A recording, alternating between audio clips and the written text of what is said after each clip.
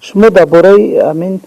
آغاز مرافعه همین قاتلان پسرتان آگاه شده؟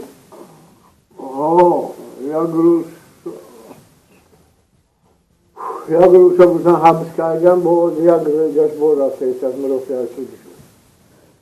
از 2008 تا امروز به صلاح الدین چه روزتون گذشت؟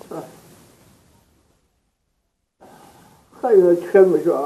دنیا اینا چخل موضوع کایی که نه پسری نه رئیس بانی صلاح الدین نمیداره والله خواهد که صلاح الدین میگه که تا پاسا جو میسازم یکی گرینده است در اون رفته سادم یا صلاح الدین فرود کرد من تیر شد راسم من تیش که من گفتم من بچه امنم لیکن تقدیر خداوند طولات تو کار نمیکنم شب نیست میشم بدور میشم یه ساعت جون میکنم در بعد خوام برای که در غم نیست هیچ پدر مادر خداوند طولات خیلی روزانشون نکرده یگان پدر مادر خیلی و اگر خودش باشه یا کسلی باشه یا بیماری باشه لیکن این خیل حتی پسر 20 سال کلامش بینی تربیهش بینی میره نیری زشته باران وره میکشن شو میره سو علم نکرد. بچه های شما در مرافعه های سعودی اشتراک کردن؟ این مرافعه اخیر که روز دوم برگزار شد اون 5 فرزندتون در مهاجرت است حالا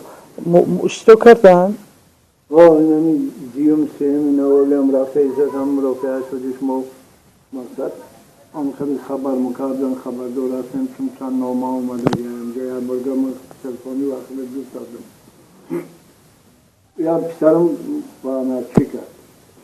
اشتراک کردی من نفهمیدم بچه وقتی مدرکه میگم که میجاش خیلی بود هنگی سکوت کاغی بود خیلی بود نیک خوش روی نازنی